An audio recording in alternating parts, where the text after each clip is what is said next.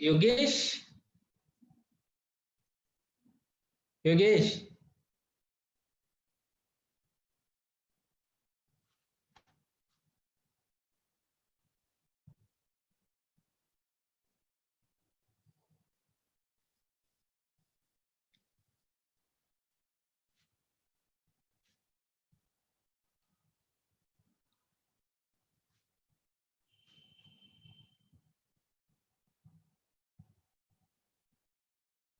Yogesh, can you hear me?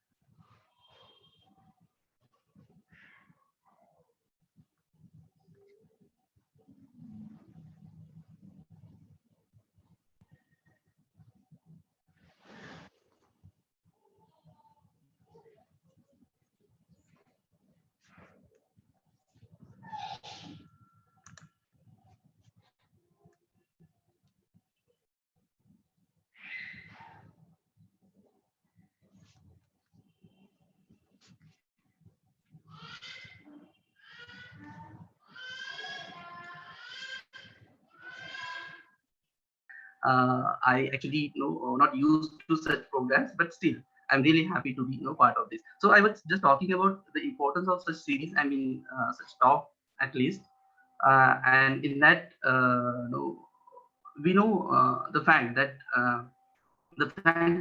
we have a very great or valuable genealogies of such contents. I mean, contents like anti-caste or social justice or ideas, scholarship or critique to the caste Hindu societies. I mean, or Dalit studies in its broader sense now available. I mean, genealogies of this content, and that has already made our discussion easy, right? I mean, more simpler, I would say. However, um, even then, as we say this, I mean, we know that.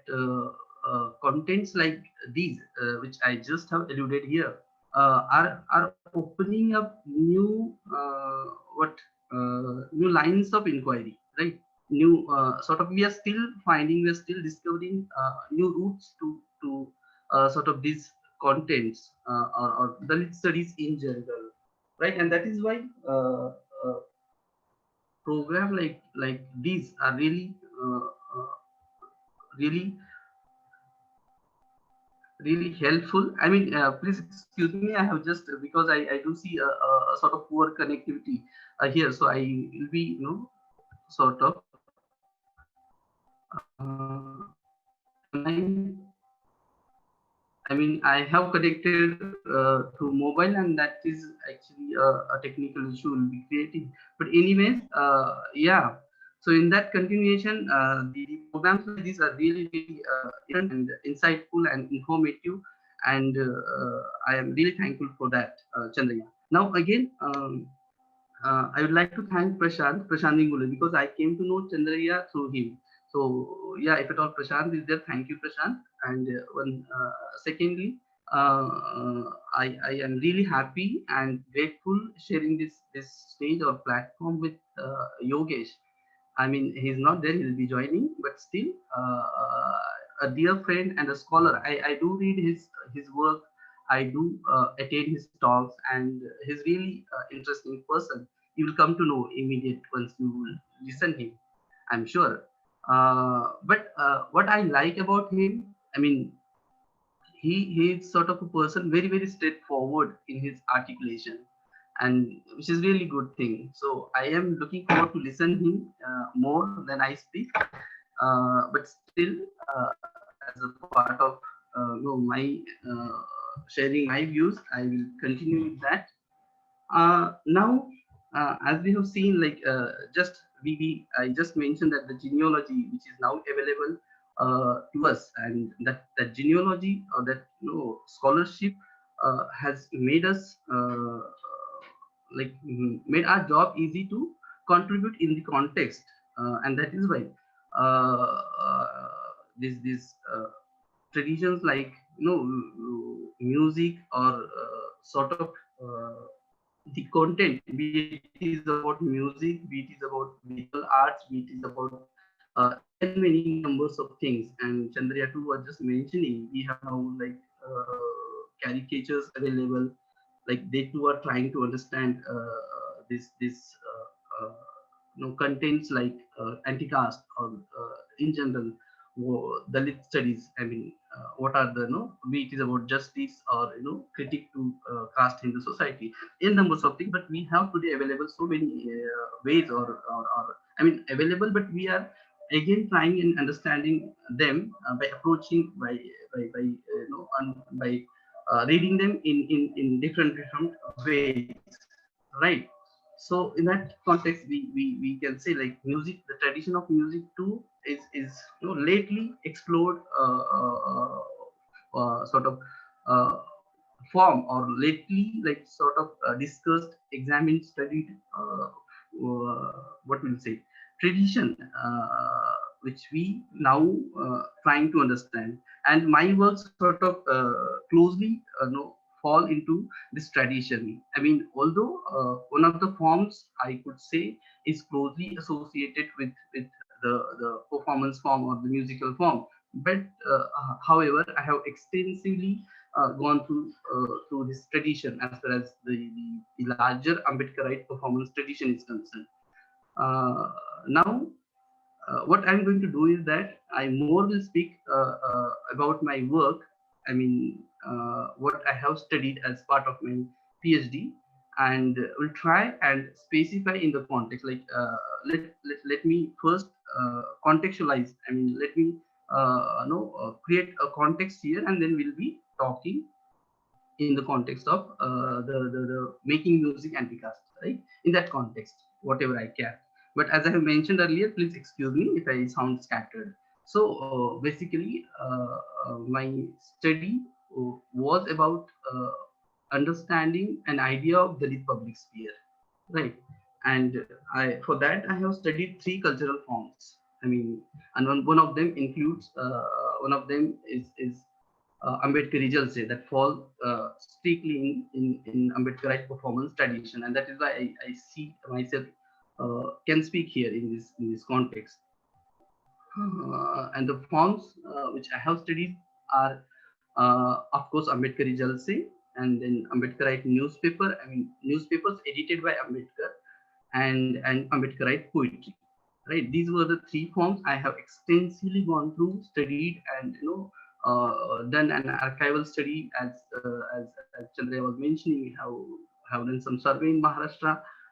So these are the forms, and in relation to this form, I also have. I mean, I had specified myself to 3 decades, three many very important decades of the Indian history in general. I would say that is from 1927 to 1956. So these are the 3 decades which I mentioned, very important. Not only because I mean they are associated to particular community or an individual, but in general, in the history of our country, right from 1927 to 1956. This is the time which I have studied, gone through, and as Anupama Rao mentioned in her book Caste Question 2009, where she's saying that Dalit Dalit discourse or Dalit debate is sort of history of political modernity of the country, right? I mean, she's talking about a particular history, that too in a particular context about Dalit, right? And and that too specific about to these 3 decades. If we think about Dalit history, these are 3 decades, very important, and the way she is trying to sort of mention that it's justified. Like, these are the 3 decades, very important decades, which actually have helped to make the country politically modern, right? And because we do see, like, these are the 3 decades full of actions, right? So much happening was there, right from right from Mahar Satyagraha.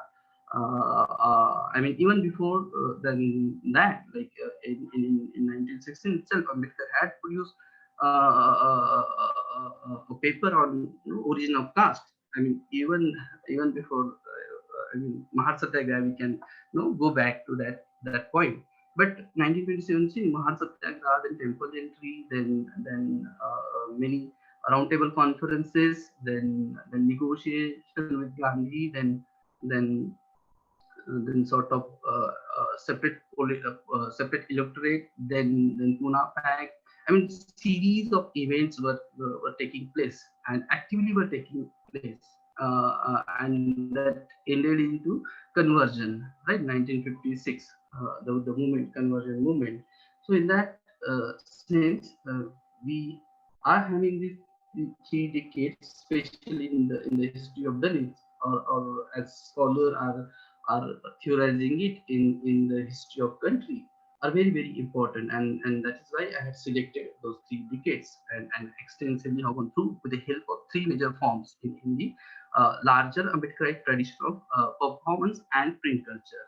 So uh, this was like my selections, but at the same time I have sort of try and study and understand the idea of Dalit public sphere, which I had mentioned.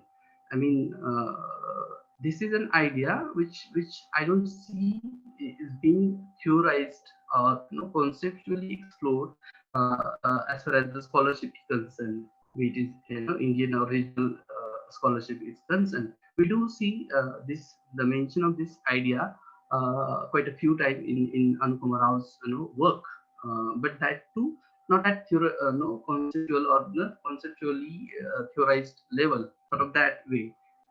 It also, I mean, the idea is also being used in its fragmentary form in some newspapers or some here or there, but not as explored as we have a general public sphere. I mean, general public sphere. conceptualized by Habermas in Western context, right? So that way we don't find here an idea called Dalit public sphere, and that is why I tried and understand and theorize. I mean, at least this idea called Dalit public sphere with the help of a few cultural forms which closely associated to Dalits.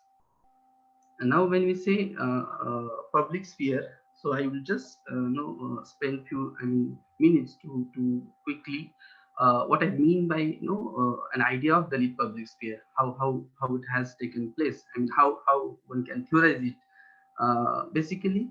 And for this, I have gone through understanding of public sphere in general, as I was mentioning, conceptually theorized by Habermas, and then I reduced it to Indian public sphere. Uh, that too by theorized by many scholars, and then have tried to understand the gaps and the space where we could see one has to critique that particular mainstream public sphere. I mean, when we say public sphere in general by Habermas, that is again specific to a particular geographical context, right? In Western context, but that too is a problematic case. I mean, we do come across critique by many people there in itself in Western context, and one of them, I mean, I have gone through many critiques, but I'd like to mention Nancy Trasher, who has who is critiquing to the idea of public sphere, right? And according to her, if public sphere as an idea is that imperative, one must need to question that particular idea. If at all that is that important imperative, one must need to understand that in its specificities. And why it is so? Because according to her, the idea which is developed by Habermas is completely focused on the sort of bourgeois sort of let's say identities or bourgeois notion of public. So, and according to her, that does not comprise the post bourgeois or the postmodern identities.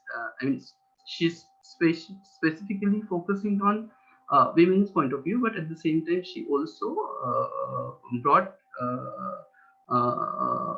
into uh, try to bring sort of identities which are not comprised there in that notion of public sphere, the Habermas. And what are they? Like people of colors there in the Western context, workers, or the other postmodern identities like gays and like lesbian. I mean, these are the shortcomings according to her, which does not get represented there in that notion of public sphere by Habermas. And further, she goes on explaining so many things, and that's how she comes to a term called counter public sphere, or the what is that? I mean, uh, yeah, sort of counter public sphere, and what she mean by the counter public sphere, and so many things she goes on. I will not go into that, but yeah, one could see and say that there is some there are some problems in that understanding.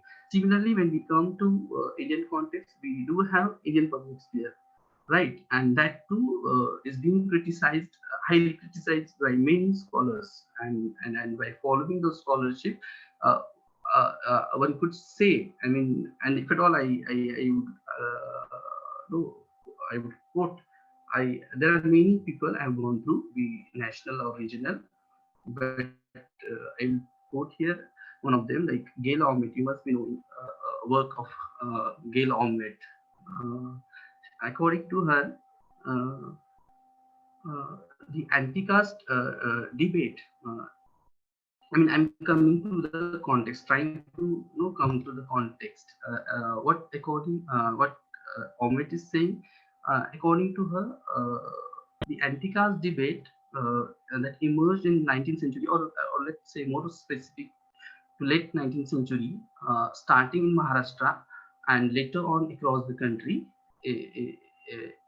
is no, can be seen or imagined as to have encouraged, developed, or established a discursive, impactful, and inclusive public sphere.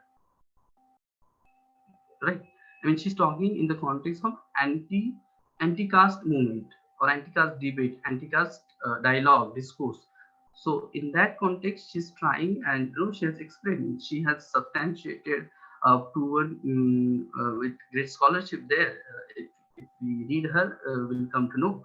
So, but the point here, she's talking about an anti-caste movement or dialogue or debate which has or which is creating a discursive, inclusive public sphere. I mean, if at all critics like her are there, that means this public sphere also is a problematic case. I mean, it's very obvious, but still we need to go through scholarship or insights. So, following these scholars or insights or critique per se, one can understand that there is a gap, right? There is a space to critique those already existed public sphere, which are very problematic.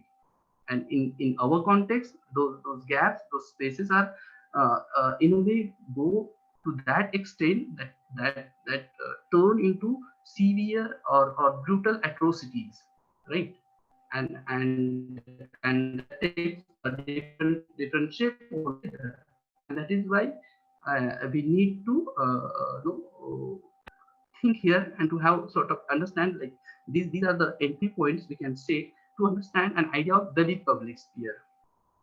I mean, I have studied it in very specific context, that is Maharashtra, right? But I mean, I'm still reading around. I'm still exploring myself, and further study will be, sort of understanding it in across the country, like in sort of every state. Like all states are having their cultural forms.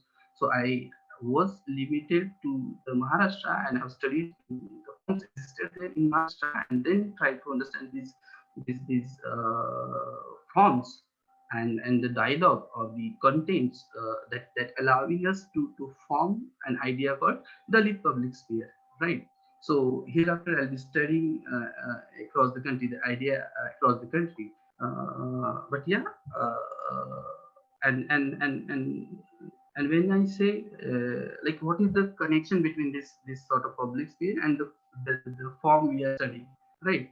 Because these are the forms actually uh, mm, nurtured, developed, or flourished by its people.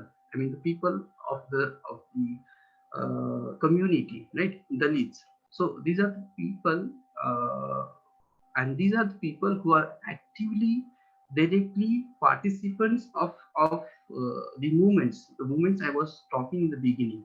I mean, be it is about Mahan Satyagraha, temple entry, or various series of events. They were under the movements led by Ambedkar himself. So these are the people or the artists.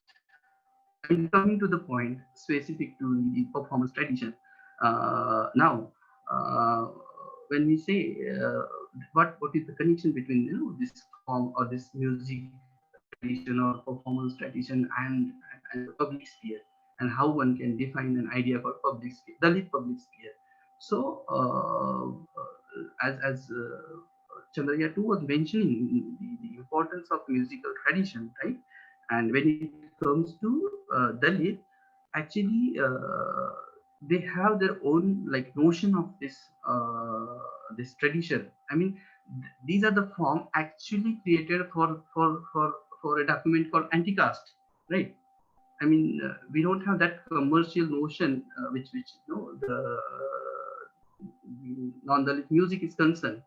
I mean, Chandra was mentioning classical music, so we can see. I mean, these jalsas are actually the forms which actually, I mean, we can say pioneered sort of form, right? They are the originated. I mean, they themselves are the sort of forms where they started speaking against caste, right?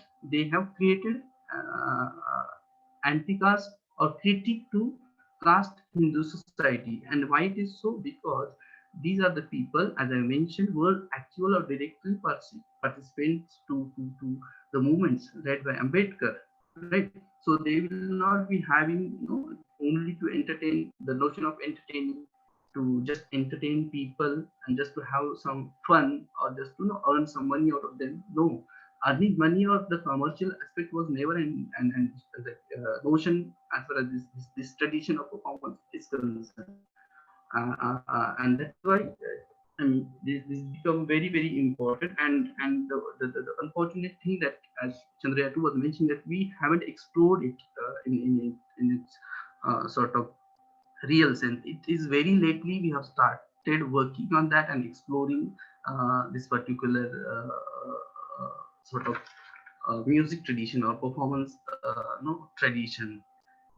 Now, as you can understand, like this was like sort of notion about an idea called uh, Dalit public sphere.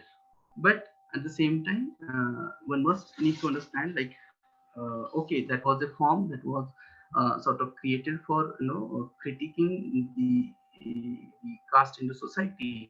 But how it was happening? Like, we are exploring the form here, right? So we must need to understand the political aspect of that particular form. I mean the political nature of that particular form, and that is very very obvious again.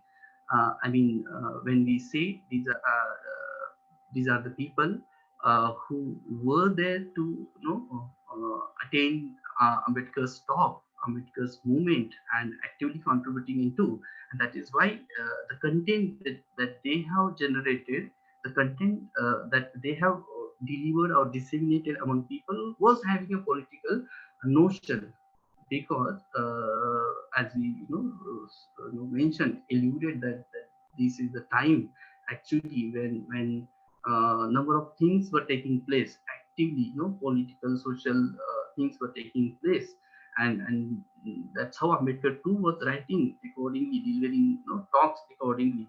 And that's how the people who were active in musical tradition, in fact ours is the tradition. It's been like all the time we listen that this is the community where this music was there at their home, right? It has been repeatedly mentioned now. But yeah, we are the people who are having this music at our home in the time. And that's how those who were knowing this sort of art, they too were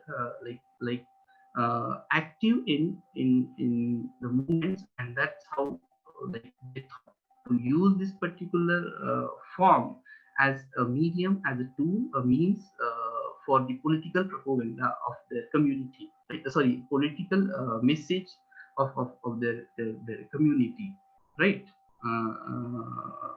So yeah, now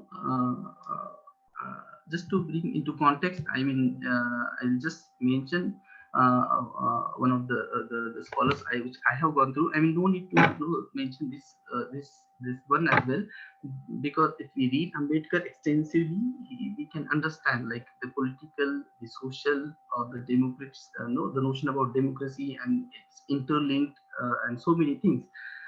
But just to make my presentation easy, I just brought here Partha Chatterjee. You must be knowing him, right? When he says democracy, I may sound scattered as I mentioned, but I'm trying to understand a political aspect of this jalsa, or the performance tradition, or the music tradition, right?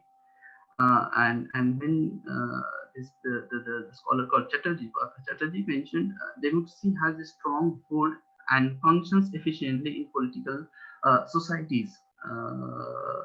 He's talking about a democracy and how it has a strong hold in a political society. How does it functions efficiently? And therefore, one must consider the interventional means which deployed or employed between people and political society, right?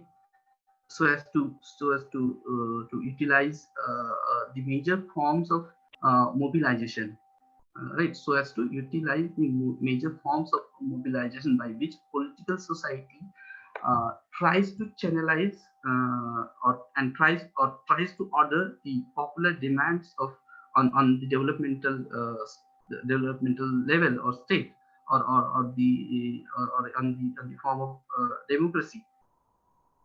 I mean, getting the point. I mean, when I say this, the popular demands made on the developmental state or the level through mass mobilization, right? And this performances, this jalsa actually means which has the notion of mass mobilization, right? In this context, this performance tradition, one can consider that it is an essential medium in operationalizing political society, right? This medium, this form has a strong potential, or as a medium in operationalizing the political society through the feature of a mass mobilization, right? Performances how a notion of mass mobilization, and this Jalsa too strongly was having that notion, and that is why they were able to collectively bring people together. I mean, I mean, right? So with the help of that sort of notion, it was functioning between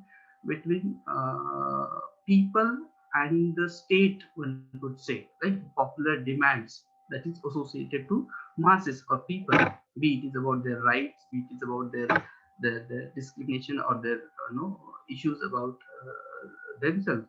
So that popular demands with this form intervening between, to address those popular demands, these forms like these were interventioning between, like, society and the state, or the people and the state, one could say. uh, so yeah, if at all I cite some examples, will be more clear, right? Did you get the point? Like what I'm trying to underline here, right? In the context of an idea called Dalit public sphere. Through this dialogue, through these sort of notions or debate which they were creating, because these are the forms using the content delivered by Ambedkar, right? Or they themselves were reading what Ambedkar was projecting there, right? Be it is about Ambedkar or Pule, these are the only emancipator of this, and as Gail Ahmed also was pointing out, that the anti-caste debate. So this anti-caste debate, she doesn't only mean related to Phule only. Like we can like relate to it to the Ambedkar as well. The point is anti-caste debate, right? Discourse or the critique to Hindu society. This was the content capsulated by this Jalsakas, right? And disseminated to the targeted audience, right? In a way, how this form was performing or functioning, it was trying to make aware to its masses, and trying to tell them the seriousness of the ideas, or their rights, or their identity, in fact, right? And then also was mediating between them and the state, in a way. So yeah, uh, if I need to cite an example, this as a form was having many aspects. When we say performance, it has many like aspects. Like it is about language, it is about characters, it is about content, song, instruments, everything, collectively was working in a way so that the message can be delivered, right? And that is why this form, the performance tradition become important, because people at the time were illiterate. Education or having knowledge was strictly prohibited to the community. It's a very, very obvious fact. And then how, like, the community will be aware about, or how they will be, conscious about their right, their identity. So and it is not happening all of, sudden, because one must understand, like, what is the relationship between this message delivered by Ambedkar, or Ambedkar himself, and these performers, right? If we read, there is a link between, like, Ambedkar too was aware of medium, right? He had, like, Phule was his guru, and he was knowing about Satyashodaki Jalse, right? And its potential to reach to people. So in a way, he too was aware about this medium, and he too was encouraged.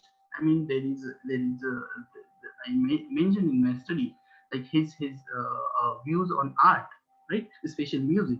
And if we say, there's a quote, this too has been repeatedly mentioned, like Ambedkar himself had mentioned that my 10 speeches and the one jalsa is equal, right? The performance of a particular group, Kardak group at that time, Ambedkar had mentioned, is equal. So he was aware, he was knowing the importance of this form, and he was too sort of encouraging concerned people. And that's how this form is being taken over. Taken, like, extensively used form, as far as the concerned performers are concerned, and deliver their message and try to make aware the people. I was talking about an example. So as I mentioned, there were many aspects to this form. So there were uh, mm, male who were becoming female, right? If we talk about language, if one wants to explore this form, can explore it in various forms, like the characters in the performances, like the language of those performances, instruments of those performances. So they collectively work in a way so that today in a village, like at that time too, and today also, the seriousness of Ambedkar and his thoughts, can be experienced. One can see that serious, even in an urban sort of urban places, we don't find that serious. But if you go to the rural part of the society, you definitely realize the importance of emancipator, or his message. So, an example in which a character called Maushi, right? There was a character called Maushi, and the other. Sometimes it was about Maushi, sometimes it is about the woman called, what is that? Gaulan, we say in Marathi, like milkmaid, related to milk.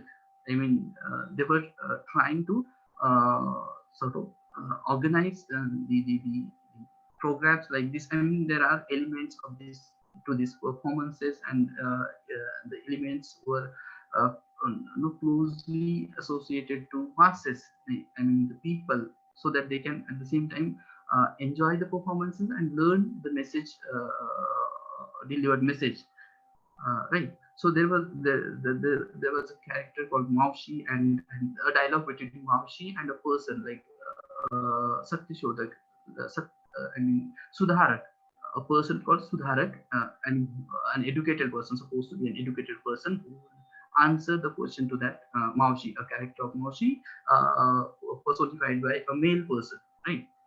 Or played by a male.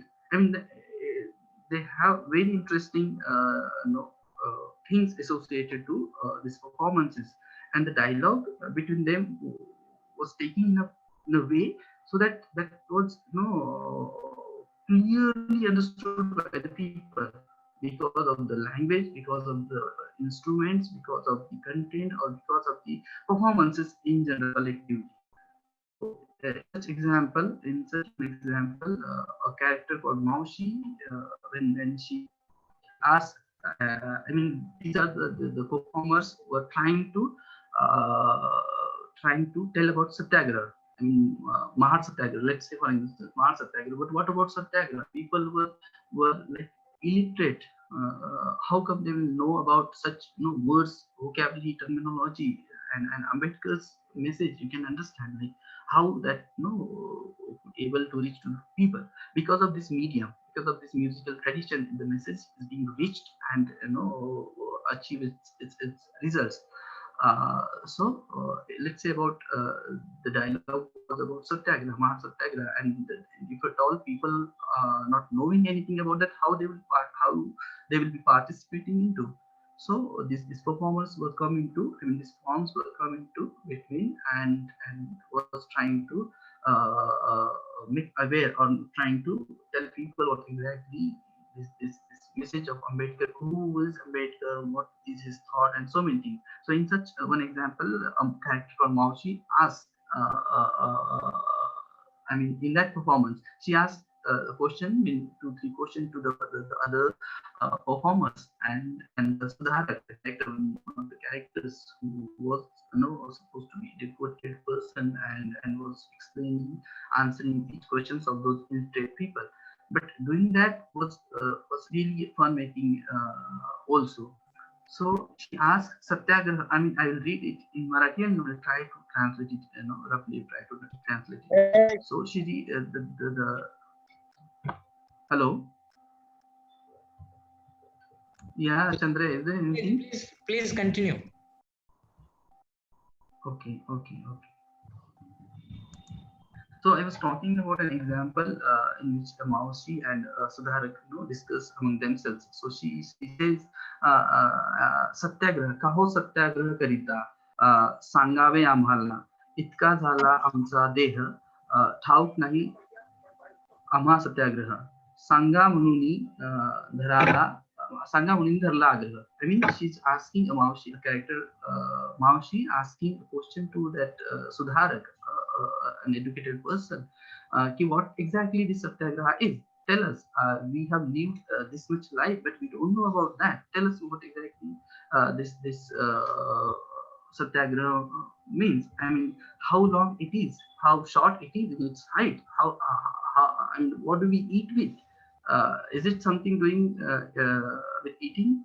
I mean, these are many interesting questions they were posing, and answering to that, the same person, the Sudharak, was answering them like, what is the Satyagraha? What does it mean? So, in answering that particular question to that, now the character for Satyagraha was saying like, Mahar Mang Bhangi Sabhar Hindu, का ना हक्क आम्हा हिंदुत्वाचे म्हणूनही धार्मिक हक्कांसाठी या फुंकिले रणशिंग सत्याग्रहाचे. I mean, we are the communities, like these are the castes are not having the rights which Hindus are having, and that is why we are doing this satyagraha, right? I mean, we are marched on this satyagraha. I mean, these are many examples. When if we go and try and understand, will understand. Like you can see the political terms or the political aspects of these words. I mean, clearly mentioned. The castes are clearly mentioned. The words like rights, satyagraha, movements. So many things are there, and that reflected sort of in sort of understanding what exactly they were intended at. I mean, try to mention uh, 2 3 things here, right? The first, that is the performance tradition, right, as a cultural forms, and that forms being its Ambedkarite content, shaped in a way and delivered in a way that that took a form of debate, discourse, dialogue, and the dialogue, debate, discussion have created an idea of Dalit public sphere, right? A counter public sphere, in a way, one can say, although it has a notion of counter, but not in its reductive sense. I mean, it's a very, very productive and inclusive sense. If we try and understand the content, debate, discourse, social justice, I mean, these contents, if one tries and understand, it ultimately ends in humanity in its larger sense, like the justice, because this is the content taken from our only emancipators, as I mentioned, Phule and Ambedkar. So, and their message is about humanity in large. So how that will be, no, in its negative sense or negative sense. And that is why I have extensively theorized an idea called uh, the public sphere, right? So yeah, I mean, I don't know whether I could make some sense here. I don't know, but what do you think, Chandraya? Should I mean, I don't know. Should I stop here? I had. So, would you like to share anything on related to Jalsa, other music forms? So you please continue. Okay, okay. Related to Uh, Jalsa, Shahirs, public sphere, and new contemporary developments. yeah. I mean, as you two have mentioned there, like the tradition is being extended, as far as I mean, time is concerned. We have seen like, but originally, basically, this jalsa is sort of form, we can say, is the pioneering element. I mean, the pioneering form, right? It has that potential. It is that important that one can say that this is the form that later on taken ahead, and today we have the literature itself, whatever form, whatever be it is about music performances, or performances that in their advanced form. But this is a form basically, uh, is has opened up this dialogue. I mean, this is a, as I am repeatedly saying here, the pioneering form.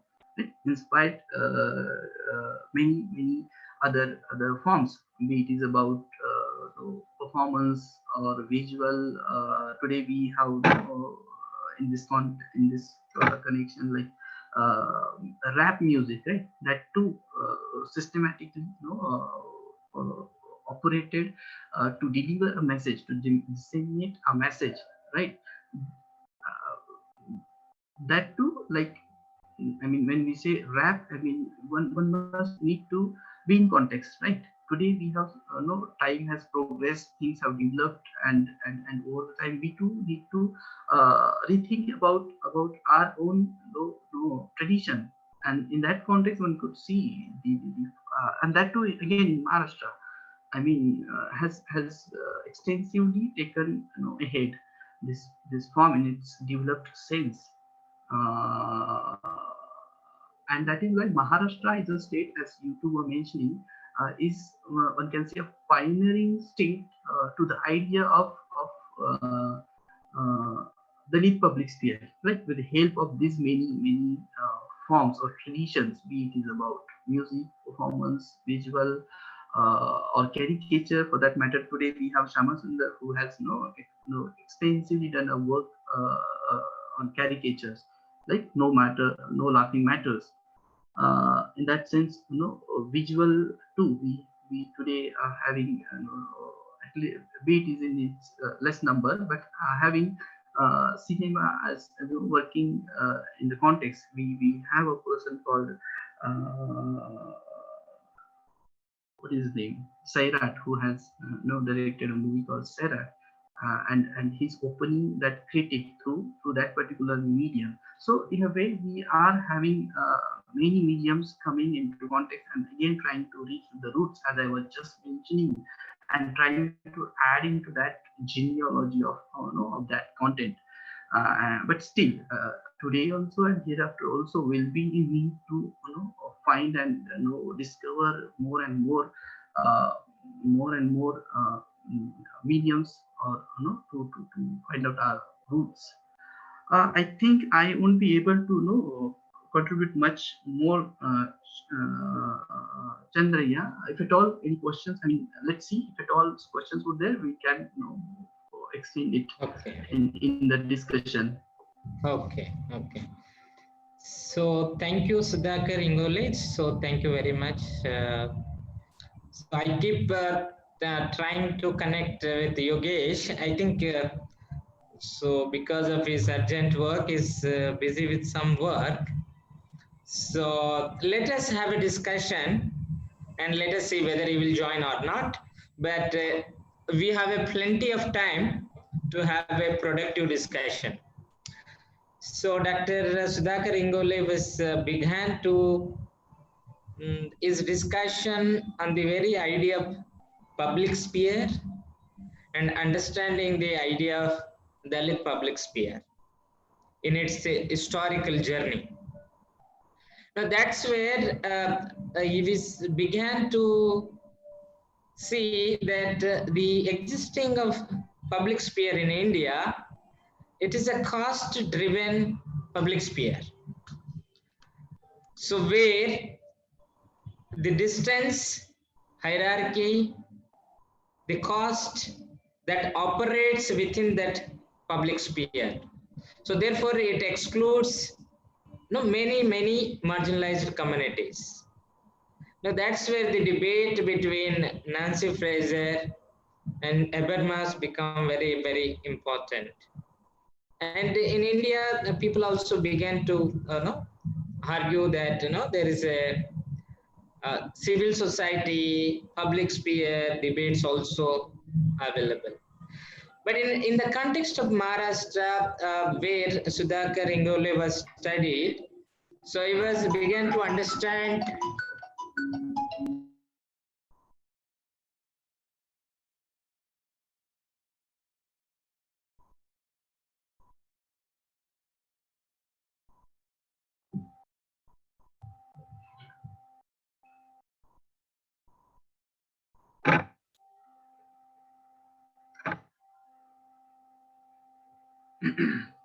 yeah, so in the context of Maharashtra, Sudhakar Ingole studied three things to understand the Dalit public sphere.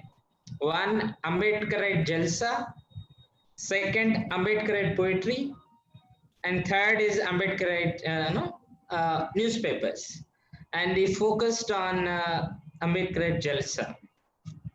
And that's because the Jalsa is one of the very important form of Dalit musical tradition in Maharashtra. This was the form through which even illiterate people are participated. This is the form which was working, carrying the message of struggle. That's where Ambedkar movement messages as reaching to the common people and thereby getting the essence of the Ambedkar movement, the kind of vocabulary. So that's where it has become a form through which the mass mobilization takes place. So there are many forms because there is a great tradition of Shahir in the Maharashtra also. Because if you take the Annabhau Sate is one of the very important figure in Maharashtra.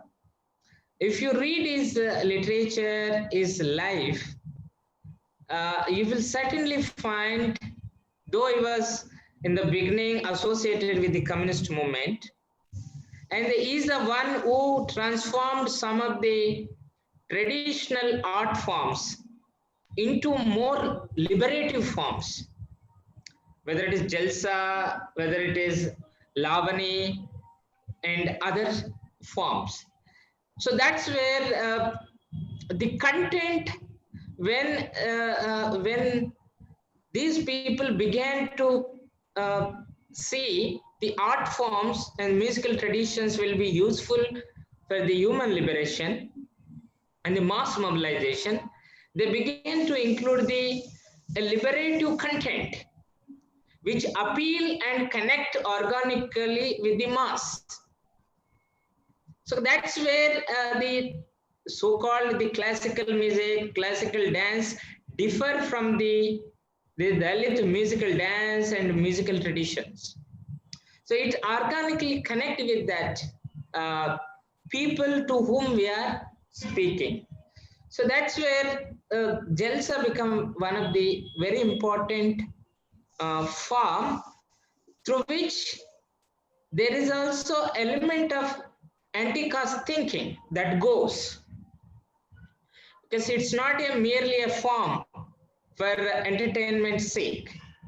So when they include the anti-caste approach, I think the both content of the song, music, and the form of music also takes a different direction. That's where both along with the content and music also it takes a new shape.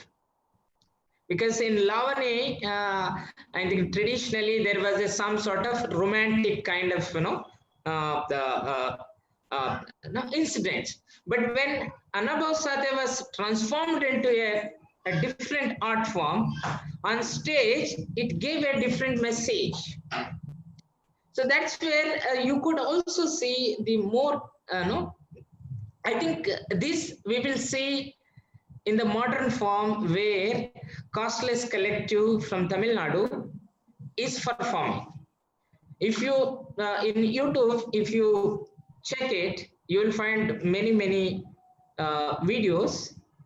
You will definitely find a different, it is a Costless Collective initiative. It's a combination of modern musical instruments along with the traditional instruments that were performed by the Dalits.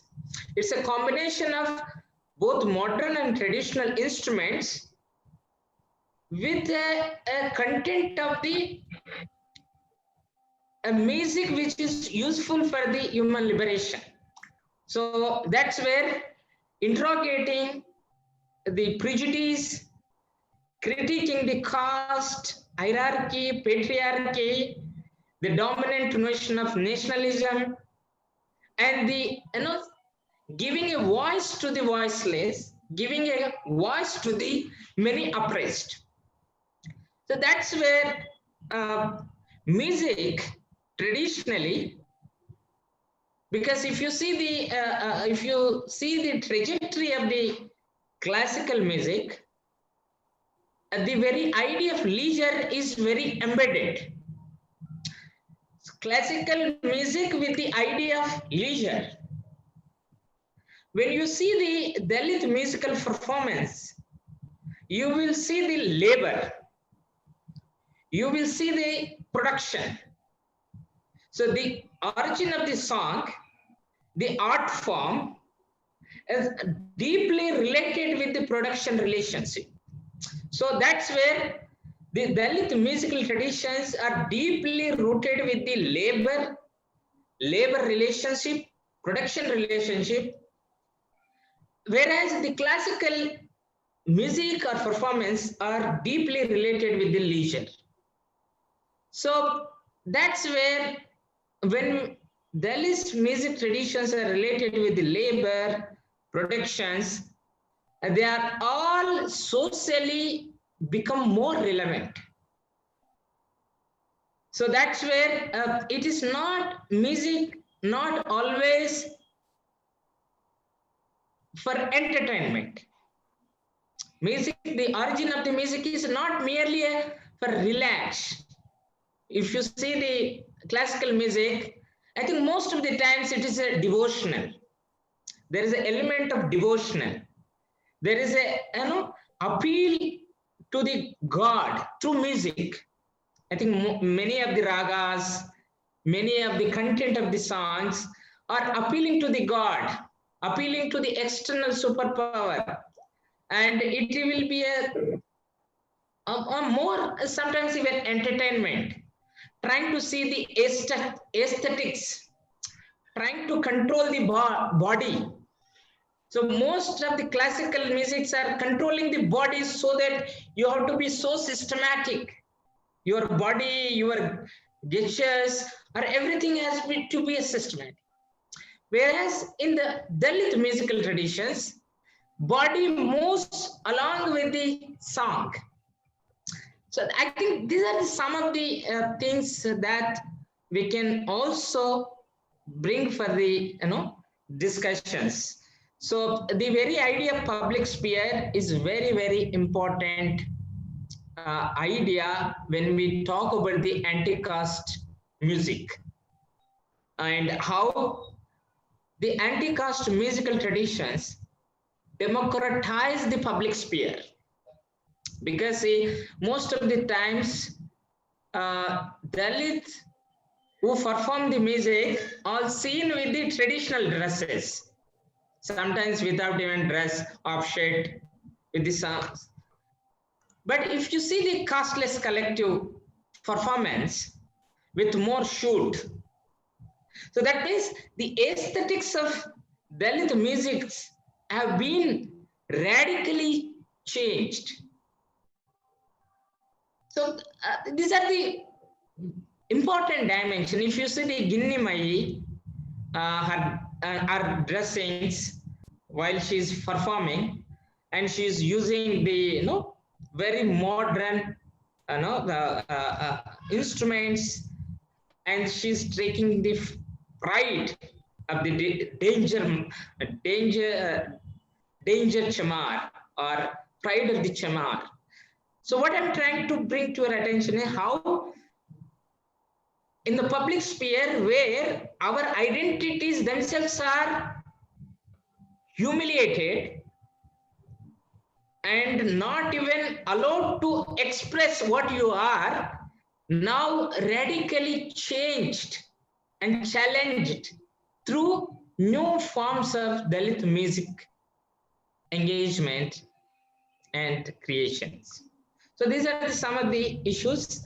I stop here. So there are many people who can raise their questions both in on Facebook within the Zoom meeting. So now you can unmute yourself and directly pose a question. If it is not question, you can also add something related to this topic. Yeah.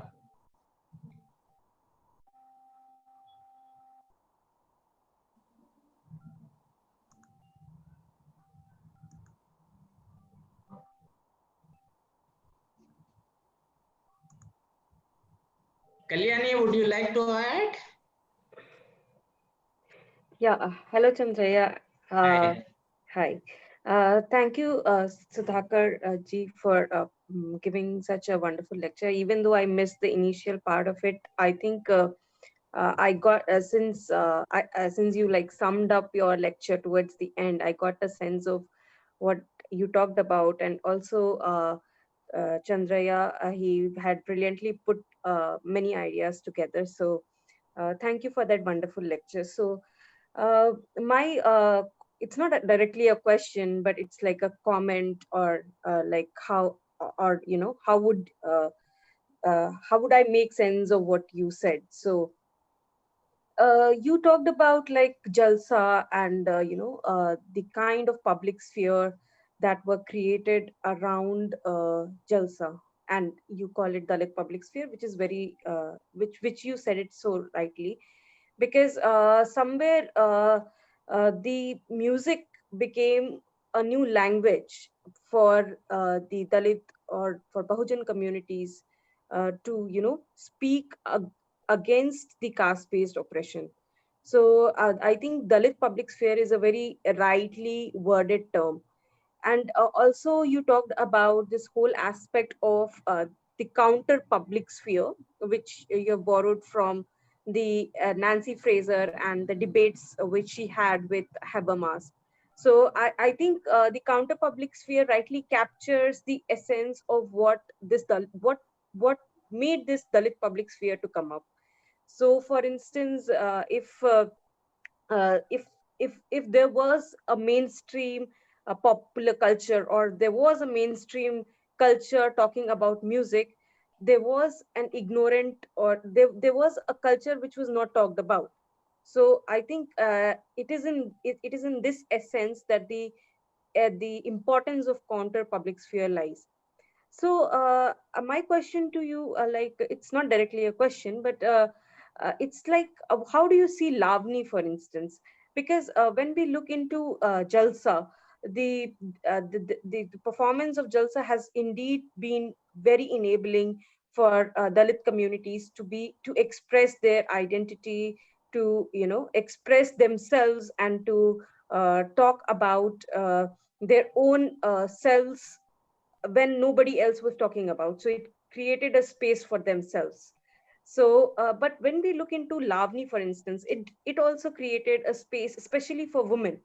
However, like, even when we look into the argument of Sharmila Rege, for that matter, she has talked about that Lavani, like, it eventually, the practice of Lavani, when it got mainstream, it became a negative connotation, particularly for Dalit women. So for that matter, because like Lavani was extensively practiced even within Bollywood, for instance, in a sense where women were seen more in the light of being promiscuous, or uh, and there was excessive usage of sexual innuendos, things like that. So Lavani didn't work the way Jalsa or other musical tradition worked. So, and Sharmila Rage, in her work on popular culture, does talk about that, how uh, Lavani, instead of enabling a Dalit woman to create a public sphere, act, actually limited it.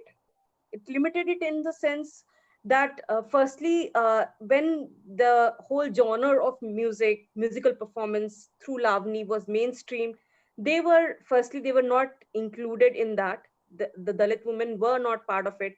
Rather, it was used only in a specific context with certain women. Secondly, even if Lavani performances happened within mainstream, it was used in a particular context in which the woman identity, if we look, that was somewhere demeaned in the sense, like, it was used in a particular way that, and that an anti-caste musical tradition would never like to be. So how far we can, actually take the performative culture always as a creation of Dalit public sphere, or as a counter public sphere, because somewhere, the ways in which the performative cultures are appropriated also matters, and particularly, I'm talking in context of the way Lavani performances have been changing, and it has been mainstreamed in a particular way which has somewhere limited the capacity, particularly of Dalit women. So if you can just talk about, because you did talk about Jalsa, and Jalsa had been an enabling experience for the Dalit community, for Dalit men in particular. But had that been the same case for Lavani? So if you can throw some light on that. Yeah, I mean, you're absolutely right. And you cited Reggae also. I mean, there's no like no point if we read Reggae and her sort of insights about a form called Lavani. Uh, I mean, and as far as my sort of exploration was concerned, I specifically was related to Jalsa, but as a part of performative like tradition. uh, I can like say, yeah, agree with no points you mentioned here. But Lavani was one of the sort of element that has been used into these jalsas as well. I mean, it's not like the jalsas itself. I mean, they themselves have various like elements, the forming elements like ABCD. There were elements. So one of them, you can say like Wagha was there, like about creating a debate. The one I was mentioning, with the dialogue between, sometime between made with woman, or other Krishna sort of, but in a different context. Similarly, one of the like element, like they were borrowing because, as you mentioned, it was associated to the community, like this form as well, and was very familiar among the audience, the concerned audience. So they were borrowing certain elements, but was using in a way so that the message, the concerned message, can be delivered effectively. At the same time, an entertaining element of that sort of form or lavani was no simultaneously no mixed with the content, like the democratic content, and was sort of used in that sense. But yeah, I think the point of the one you are talking about need to think about. I mean, as far as it's it's not directly, as you said, a meaning of women, because the element called erotic element is about that form, that is Lavani, right? Was strictly performed in that sort of form, and that is why people sort of trying to demean it, as a form, or as an identity. But as far as jalsas are concerned, they do have taken in, borrowed the functionality of that, or the Lavani, as sort of song was taken into the performances, and but at the same time was modified in a way so that the erotic aspect of that form could not be there as visible as that was there in the form itself, Lavani. I mean, yeah, I don't know if anybody here can add here.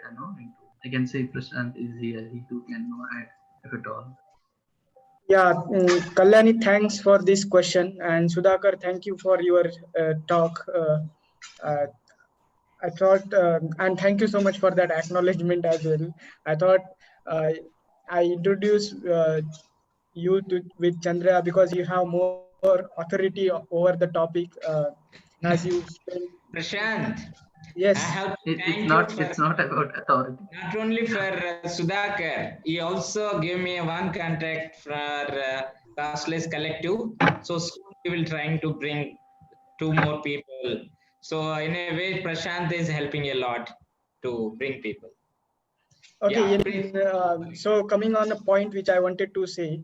So now there, to understand this context of Maharashtra and popular culture, we need to go back to Mahatma Phule when Satyashodak Jalsa was started. And I think Sharmila Rege's paper does look at Satyashodak Jalsa, Chhatrapati Mela, and Ganesh Mela. And Pune is a basically center of these events where the Brahminical culture and anti-caste counter culture goes hand in hand. So that is one. And second paper she has published in EPW, I guess, where she is comparing Lavani and Povada. So Satyashodak Jalsa, which is a modified form of Lavani, where Lavani is a casteized imposed form where specifically Dalit women used to perform. So that is one context, and uh, then it is appropriated by the Savarna women, as it is came up in a Bollywood and film industry in a certain way to capitalize that form. So we need to look at, in a sense, that how this casteized form has been capitalized by the Savarna themselves. So it is an authority uh, which authority gives or their social position gives them a authority over that form, that they imposed it and they later on appropriated it in order to capitalize over it. So that is what I wanted to say. Now, Sudhakar, I have a question that, as Gopal Guru also argued in his book, which was published in 1997, that Dialectics of Popular Culture, uh, where he says that Dalit political parties have denied these forms of popular culture or anti-caste musical tradition. So now, in a present context, we don't see that we have any emerging political context, do you think there is a possibility that this anti-caste musical tradition, if we bring it in a pan-Indian context, will regenerate the possibility to make some political impact in relation with electoral system or cultural politics?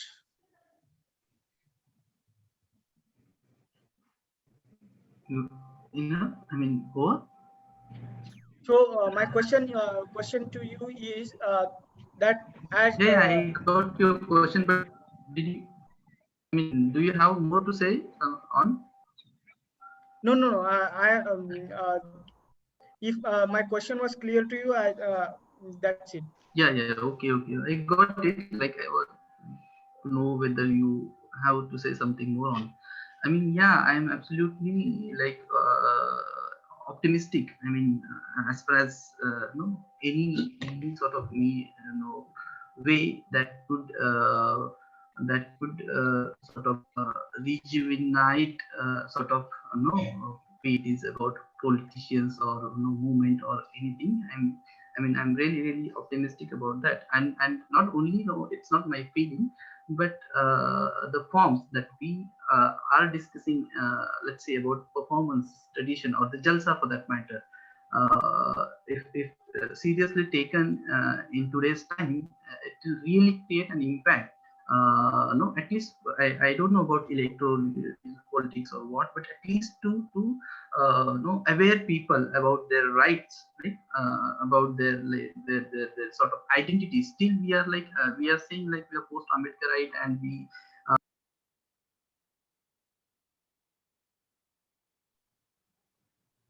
I think he's lost his connection.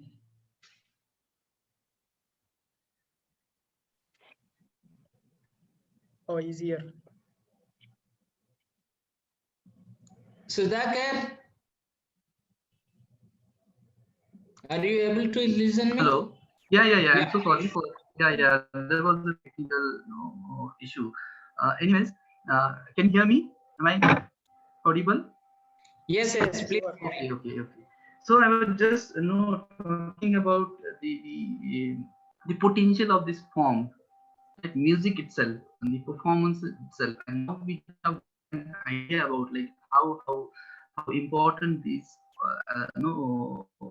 these forms are. And if at all today, if we try and brought this form in present time in their modified form, and today we are having, like, let's say for instance this rap culture, but I mean, I don't know how it will impact to the electoral sort of scenario, or sort of that domain, but certainly it will help to create or to, as I was just mentioning, rejuvenate our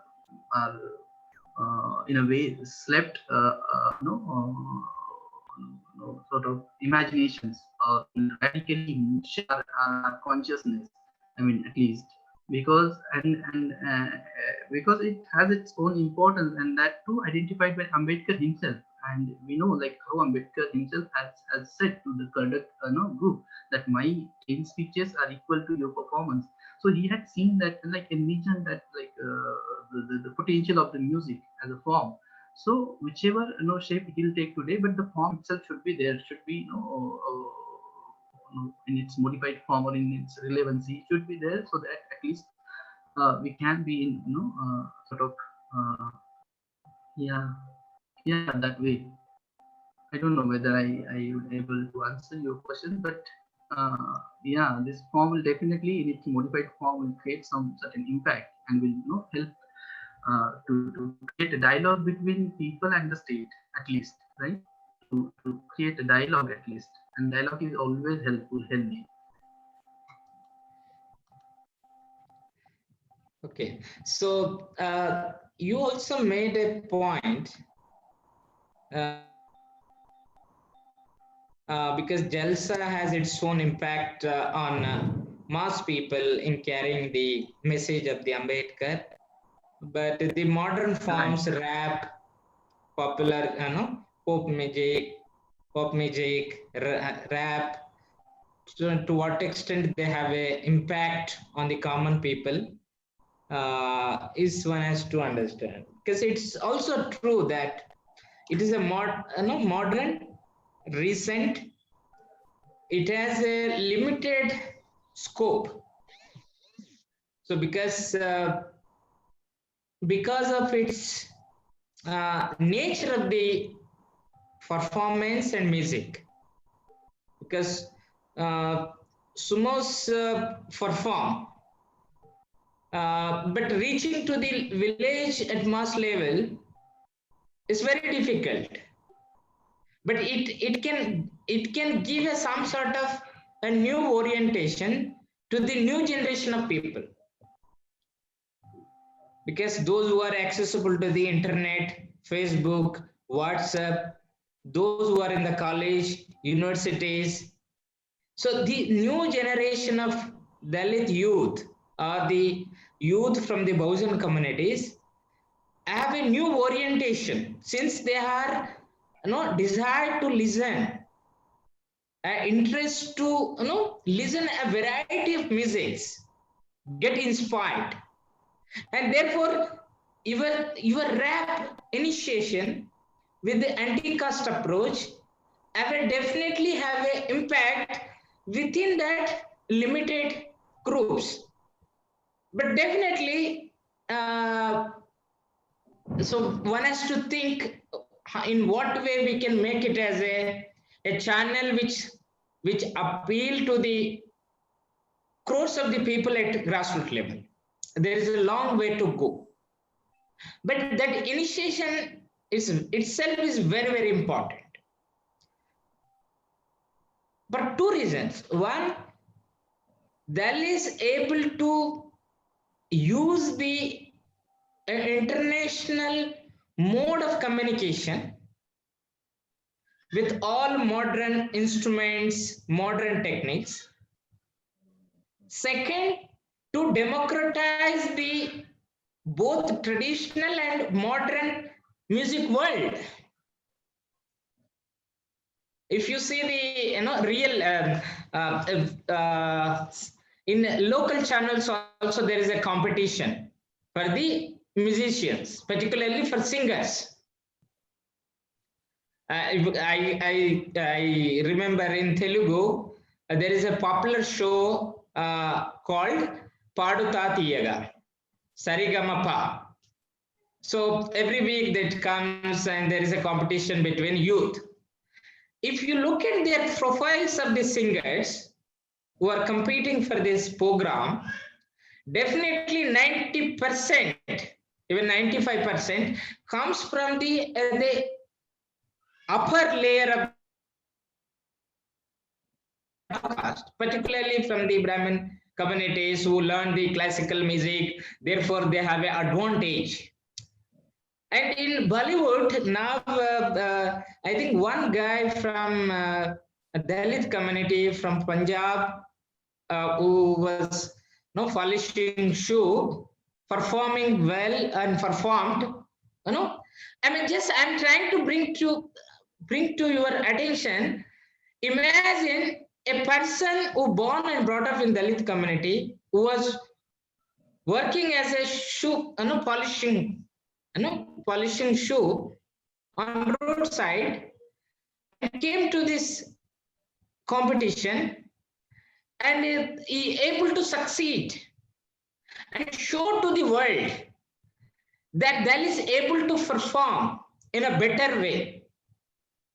I think that's where the very democratizing that public event itself as a inspiring story to others. I think there are in local, in each state has to go long way. So I'm sorry to take time. So anybody,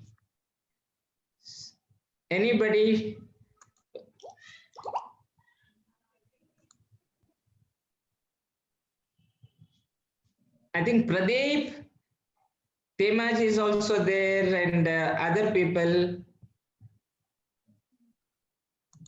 So you can share your state experiences, what you have seen. I think that will Yeah, I also. could say one of my friends. Yeah, I could friends. say one of Means my there are friends who will many join here. friends. Yeah.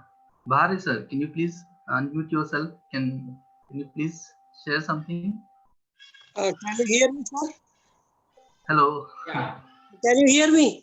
Yes. You are absolutely, clearly audible. Okay. Sir, I would like to know the present situation in Maharashtra. Where is this popular form of Jalsa now? Yeah.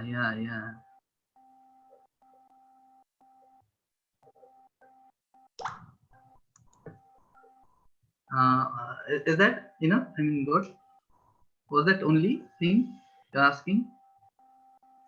No, actually, it's vanishing now because people are more Yeah, interested absolutely. in mainstream cinema or mainstream music, but they are not much focused on social issues, and that is why it's dying culture. It's my view, but it may be wrong. But I say, what is the No, present you're situation absolutely in right. Maharashtra?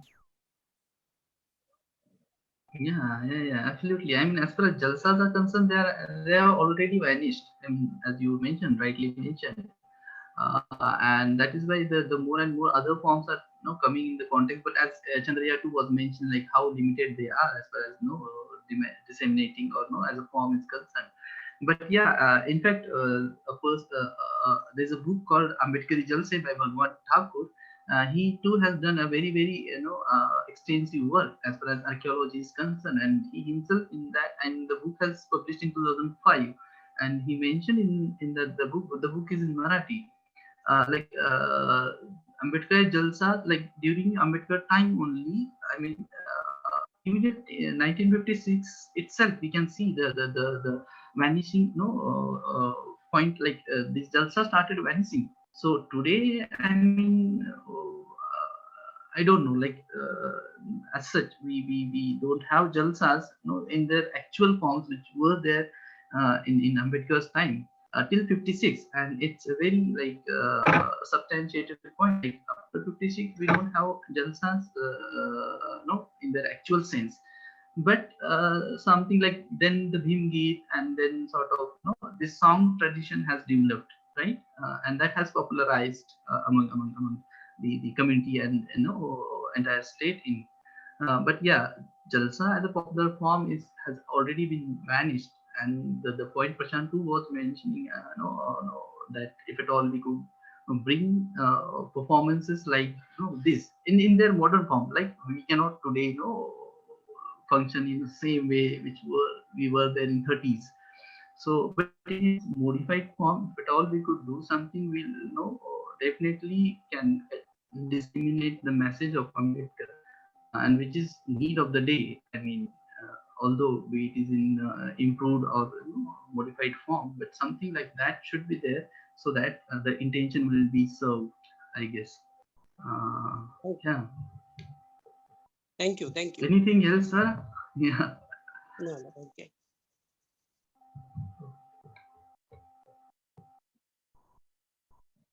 Yeah, Jai Bhim, all of you. This is Dr. Temaji. A nice topic which we have selected. Since it is a dominant culture, all the time they are picking or owning the entire where the something popular culture it is becoming. They are owning that culture, and they are becoming a owners of that culture, or such kind of in terms of music or any other items. Since in our society, this is very important, and we have to see there are in entire India there are several cultures are there for this in musical way. There are so many emancipatory elements are there in musical Dalit musical culture. So that we have to bring we have to bring it is we have to uh, we have to do something, and we have to get it back, the such kind of elements which we in future, that will be very helpful to understanding Dalit music and Dalit musical culture aspects, which is very important in future works, which those who are working on such areas. Definitely it is a since Chandraya said same thing, that will be something classical is something leisure or something. Those who have leisure time and free time, they are engaging with the classical culture. When we come to Dalit culture, Dalit musical culture, it's a part of work, and it's a part of something relating to laboring or something like that. It is a kind of emancipatory, and it's a very important in present scenario. So it's very nice, and a very very nice topic, and very nice articulation by Sudhakar. Thank you for inviting me, and giving this opportunity to listen your voice. Thank you. Thank you, sir. Thank you, Themaji. So we have from UP, Uttar Pradesh, Ajit, and Ajit, Lalta. So would you like to share anything? Pradeep. No, sir. Pradeep, सो आपका गांव में कौन सा art form है? तो what are the musical traditions in Uttar Pradesh? क्या क्या? Would you like to share?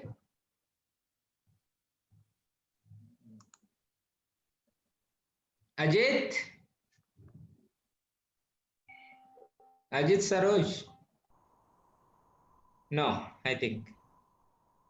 So anybody? So if there are no, I think we can wind up. Yeah. Okay. So. Hello. Yeah. Yes, sir. क्या बोला sir? So Uttar Pradesh में क्या क्या दलित performances क्या है?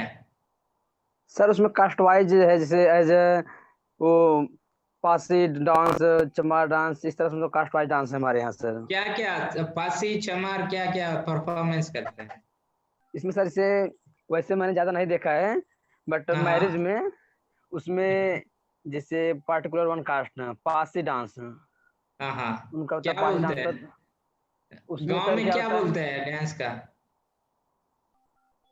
पासी नाच सर उसे बोलते हैं हिंदी में, पासी नाच है। पासी नाच नाच है सर। उसमें होता है ना कि सब मतलब जो डांसर जो होते हैं पर्सन लो लाठी रहते हैं, डंडा सब परफॉर्मेंस करते हैं, मतलब जैसे गुजरात में होता है डंडों से होता है, तो उस तरह से अपने यूपी में कास्ट वाइज से होता है, लकड़ी से जैसे मार कर, ऐसे लगता है कि मार कर रहे हैं, इस कंडीशन में वो डांस करते हैं, दौड़ दौड़ के फील्ड काफी एरिया कवर करके। उसमें सर ऐसे धोबी नाच होता है। सर हमारे यूपी में कास्ट वाइज नाच है। उसके बाद सर कुछ जैसे अलग फेमस है तो वो नौटंकी है, बिरहा है, सब तो अलग चीज है यहाँ पे। नौटंकी में क्या होता है सर? उसमें तो एक पार्टिकुलर कोई टॉपिक ले लेते हैं तो उस पे वो लोग पार्टी करते हैं। जैसे वो ड्रामा होता है सर, उस तरह से ड्रामा शो करते हैं। ओके ओके जी sir. Okay, good. And somebody has raised hands. So that was a mistake. That was please. A mistake. I'm sorry. No, that was a mistake. I'm sorry. So please, you can share. Yes, Varun, would you like to share anything?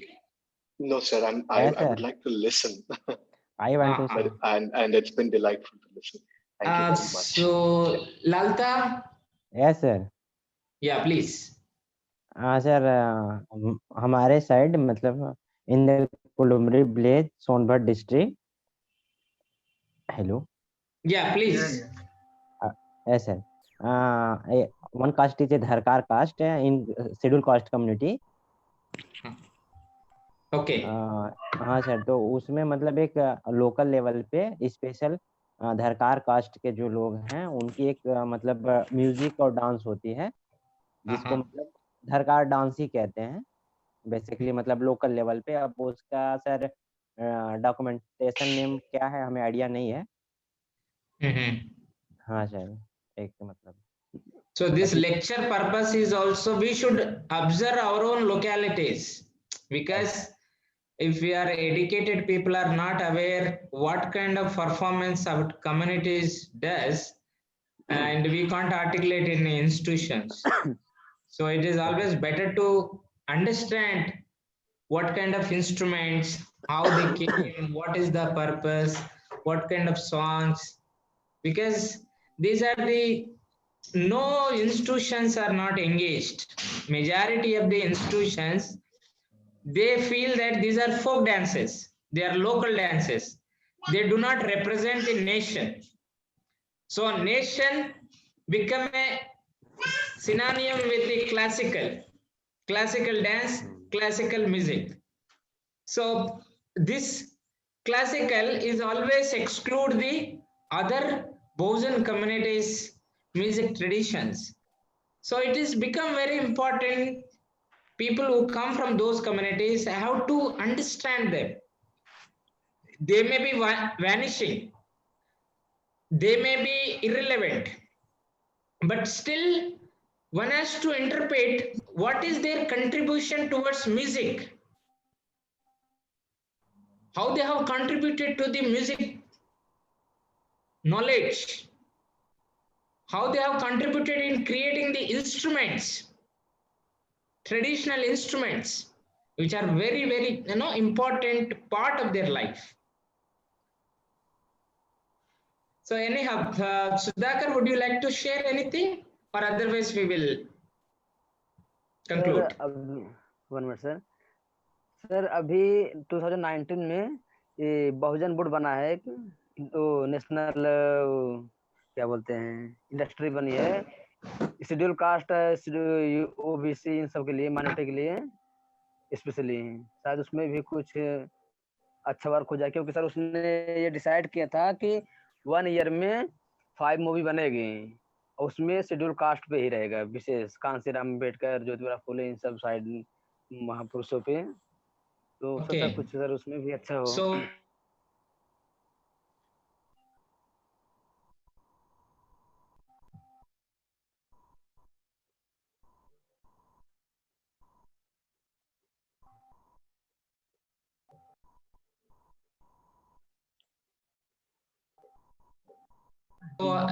in Delhi based some of the, but actually Bojans can take part as actors, as singers, as dancers. I think that is an initiative, but it has to go long way. Sudhakar. Yeah. I mean, as far as the content is concerned, I think we have discussed enough. But still, I'd like to thank each one of you, and especially you. And apology again if I didn't make any sense, and if at all I was amorphous, scattered in my presentation. So yeah, those were my limitations. I am really sorry for those. And yeah, I am looking forward to know more and more, as we are having an audience from different states, and this will be my area of interest to explore hereafter. I mean, I need to in fact I am reading, I've started reading itself, how this idea of Dalit public sphere can be worked at nation level, because hitherto my study was limited to a particular state and its forms, various forms. But it should, as you mentioned somewhere in the middle, there are many states and having all their forms, various forms, not only about the performance tradition, but there are various other forms as far as they can express themselves. So one need to take all those forms into consideration and have to look how they are creating an anti-caste dialogue, debate, discourse, scholarship, right? And then we can extend our idea the way we have Indian public sphere, like Dalit public sphere in general, that will be aid into humanity at last, social justice. So yeah, that's all from my side. Thank you once again, and I will be in touch hereafter too. Like you, I find you are a very interesting person, so I'll be looking forward you too to know much more in the context, as far as the musical or the performance tradition is concerned. So thank you once again very much to all of you present here. Yeah. So thank you, Sudhakar, Dr. Sudhakar Ingole, for your scholarly presentation, and you brought many issues. I feel this discussion really helped us to understand many complex issues that are related to the Dalit musical traditions. I also thank Prashant Ingole for giving me contacts to contact Sudhakar. So this is also one way creating a network of scholars who will have an interest on Dalit musical traditions and related issues, so that there will be at national level, 30 to 40 scholars really interested doing some interesting work, so that it will have a great impact both in academic circle as well as in the public domain. So with this intention, I invited. I also would like to inform you that tomorrow at 6:30, we have a very important session, lecture by Sambhaji Bhagat, who is a well-known thinker, artist, musician from Maharashtra, who has been contributing a lot, and he will be speaking on Ambedkarite culture and music. Please join us at 6:30 evening tomorrow. And Jai Bhim to everyone. I thank all the participants in the Zoom meeting as well as on Facebook. Thank you very much. So I'm concluding it. Thank you.